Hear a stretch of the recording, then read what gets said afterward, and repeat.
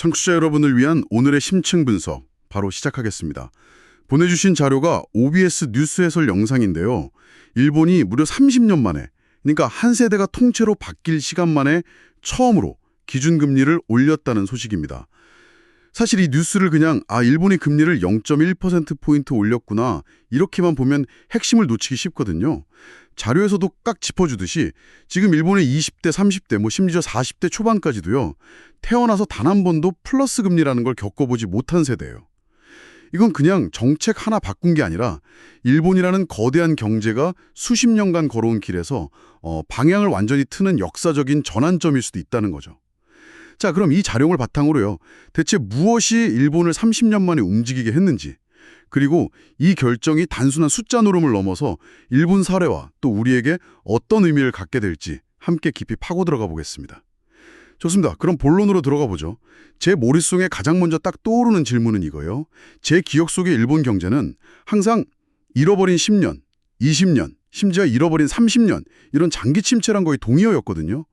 그렇죠.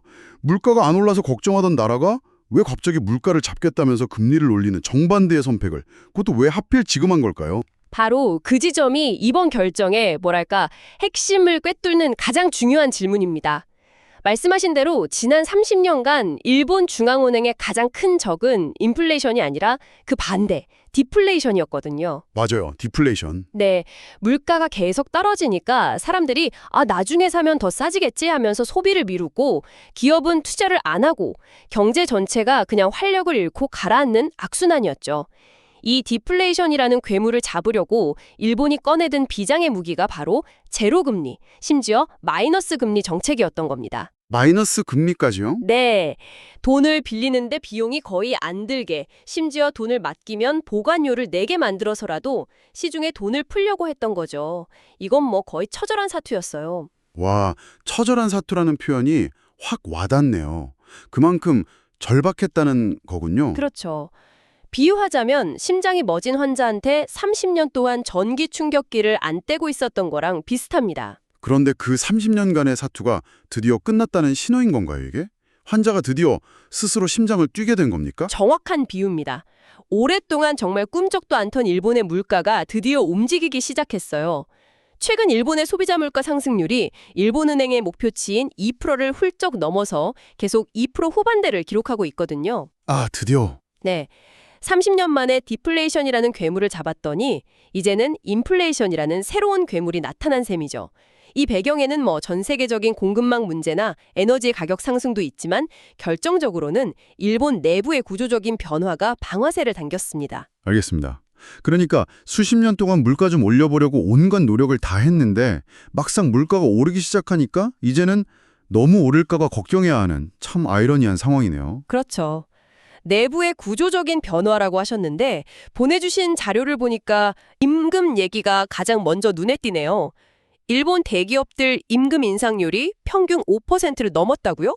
이건 진짜 놀라운 소식인데요. 네, 바로 그 점이 일본은행이 더는 지켜볼 수만은 없겠다 이렇게 판단하게 만든 결정적인 두 번째 이유입니다. 임금 상승 그 자체는 분명 좋은 소식이죠. 그런데 수십 년간 임금이 거의 오르지 않던 일본에서 갑자기 5.28%, 이게 33년 만에 최고치거든요. 33년 만이에요? 네. 이런 인상률이 나오니까 정책 당국이 바짝 긴장하기 시작한 겁니다.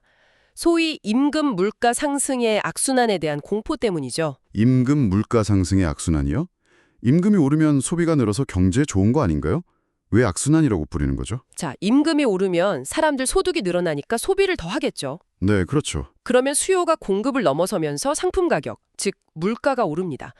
그런데 물가가 오르면 생활비가 버드니까 노동자들은 물가 오른 만큼 임금 더 올려달라고 요구하게 되고요. 기업이 그 요구를 받아서 임금을 또 올리면 그 인상분은 다시 상품 가격에 반영이 되겠죠. 이렇게 임금과 물가가 서로를 밀어 올리면서 꼬리에 꼬리를 물고 끝없이 상승하는 현상, 이걸 악순환이라고 부르는 겁니다. 한번 시작되면 걷잡을 수 없게 될 수도 있겠네요? 맞습니다. 특히 일본에는 춘투라는 아주 독특한 노사 문화가 있잖아요. 춘투요? 봄의 투쟁. 네, 매년 봄철에 노조가 기업을 상대로 집중적으로 임금 협상을 벌이는 시기인데 올해 춘투에서 기록적인 임금 인상이 타결되니까 이 기세면 내년엔 더 큰 폭의 인상을 요구할 거다. 이런 전망이 나온 거죠. 이게 물가를 걷잡을 수 없이 끌어올릴 거라는 우려가 커지니까 일본은행이 선제적으로 브레이크를 밟은 겁니다. 아하, 불길이 더 번지기 전에 미리 찬물을 끼얹은 셈이군요. 국내에서는 임금 상승이라는 압력이 있고, 그런데 제가 자료를 보면서 또 하나 흥미로웠던 건 외부에서 오는 압력이었어요. 바로 엔저 현상. 맞습니다. 엔화 가치가 너무 낮아서 생기는 문제도 심각했다고요. 네, 그게 현재 일본 경제가 겪는 세 번째, 그리고 아주 고통스러운 문제입니다. 다른 나라들이 인플레이션 잡으려고 금리를 계속 올릴 때 일본만 디플레이션 걱정하면서 제로 금리를 고시했죠. 네, 그랬죠. 그러니 투자자들 입장에서는 이자를 거의 안 주는 엔화를 팔고 이자를 많이 주는 달러를 사는 게 너무 당연한 선택이었던 거예요. 그 결과 엔화 가치가 지난 몇 년간 끝없이 추락한 겁니다. 엔화 가치가 떨어지면 일본 여행 가는 저희 같은 외국인들한텐 좋은 거지만 정작 일본 사람들에게는 어떤 문제가 생기나요? 치명적인 문제가 생깁니다. 일본은 에너지, 원자재, 식량 이런 수많은 것들을 수입에 의존하는 나라잖아요. 그렇죠. 엔화 가치가 떨어졌다는 건 똑같은 1달러짜리 석유를 수입할 때 예전엔 110엔만 주면 됐는데 이제는 150엔을 줘야 하자는 뜻이거든요. 아, 수입 물가가 폭등하는 거군요. 바로 그겁니다. 결국 국제 유가는 그대로여도 일본 내 주유소 기름값은 오르고 국제 밀 가격은 그대로여도 일본 내 빵값은 오르는 거죠. 이게 다시 소비자 물가를 자극하는 악순환의 고리가 된 겁니다. 이야. 즉, 임금 상승이라는 내부 압력이랑 엔저로 인한 수입 물가 상승이라는 외부 압력이 동시에 일본 경제를 덮친 거죠. 정리해보면 30년간 쌓아온 디플레이션이 끝나고 인플레이션 시대가 열렸는데 그 불을 지핀 게 내부적으로는 폭발적인 임금 상승, 외부적으로는 통제불능의 엔저 현상이었다. 정말 사면초가네요. 네, 딱 그런 상황이었죠. 그래서 결국 금리 인상 카드를 꺼낼 수밖에 없었다. 그런데 그 발표 방식이 정말 특이합니다. 자료에서 따뜻한 아이스 아메리카노 같은 메시지라고 비유했던데요. 금리를 올리면서 완화적인 금융정책 기조는 유지할 것이다. 이건 브레이크를 밟으면서 동시에 엑셀도 계속 밟겠다는 말처럼 들리는데 시장이 혼란스러워하지 않았나요? 하하, 정말 절묘한 비유죠. 그리고 바로 그 지점에서 일본은행의 고심과 노련함이 엿보입니다. 사실 작년에 일본은행이 아주 미세한 정책 조정을 했을 때 금융시장이 엄청난 충격을 받은 경험이 있거든요. 아, 그랬었군요. 네, 시장은 그걸 제로금리 시대의 종언을 알리는 신호탄으로 받아들였고 주식과 채권 시장이 그야말로 패닉에 빠졌었죠. 이번에는 그 실수를 반복하지 않겠다는 의지가 아주 강하게 드러난 겁니다. 시장에 대고 계속 신호를 보내는 거예요. 여러분, 우리가 금리를 올리긴 합니다. 하지만 이건 급격한 긴축으로의 전환이 아닙니다. 아주 천천히 여러분이 예측할 수 있는 범위 안에서 움직일 테니 제발 놀라지 마세요. 이렇게 말이죠. 아, 작년에 트라우마 때문에 생긴 일종의 안전장치였군요. 충격요법이 아니라 시장을 살살 달래가면서 체질을 바꾸려는 거군요. 정확합니다. 금리 인상이라는 차가운 약을 주면서도 완화 기조 유지라는 따뜻한 담요를 함께 덮어준 셈입니다. 앞으로도 금리를 더 올릴 수 있다는 가능성은 열어두되 그 속도는 시장이 충분히 소화할 수 있을 만큼 점진적일 거라는 약속을 한 거죠.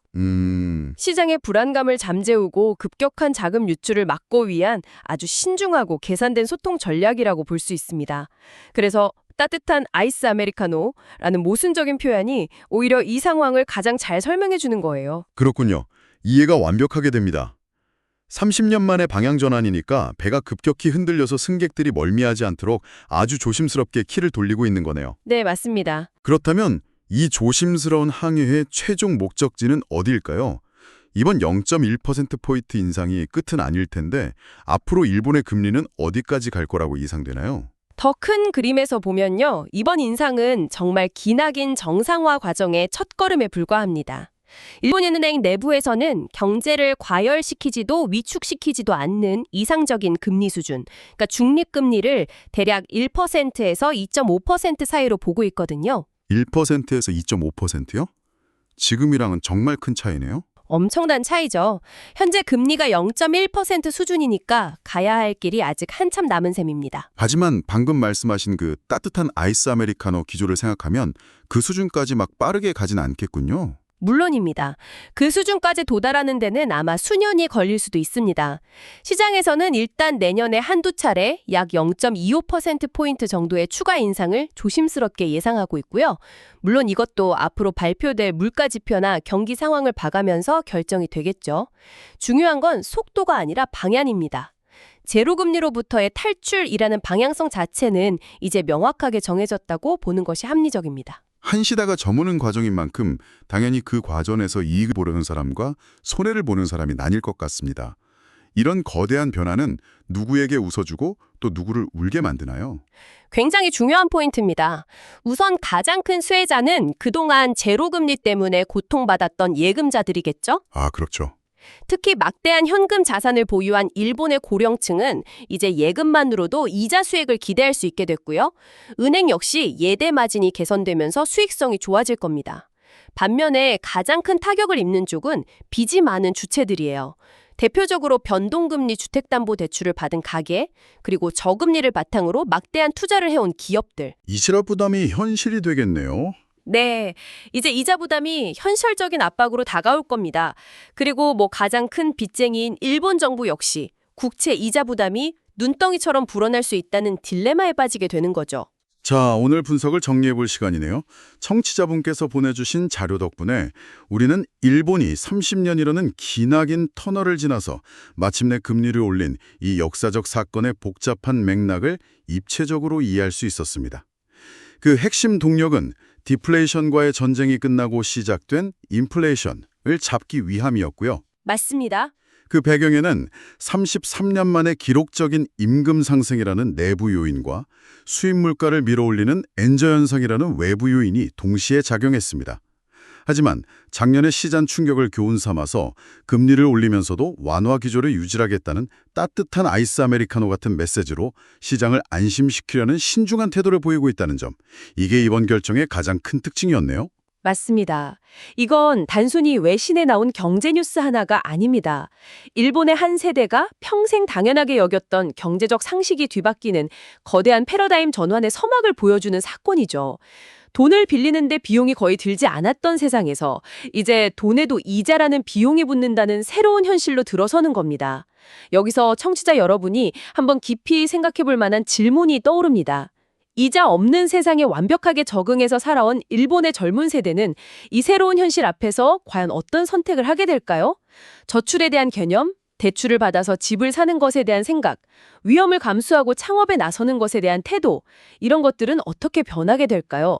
한 사회의 경제적 문법이 근본부터 바뀔 때 그 사회 구성원들의 삶과 욕망은 과연 어떤 방향으로 진화하게 될지 앞으로 우리가 지켜볼 가장 흥미로운 관전 포인트가 아닐까 싶습니다.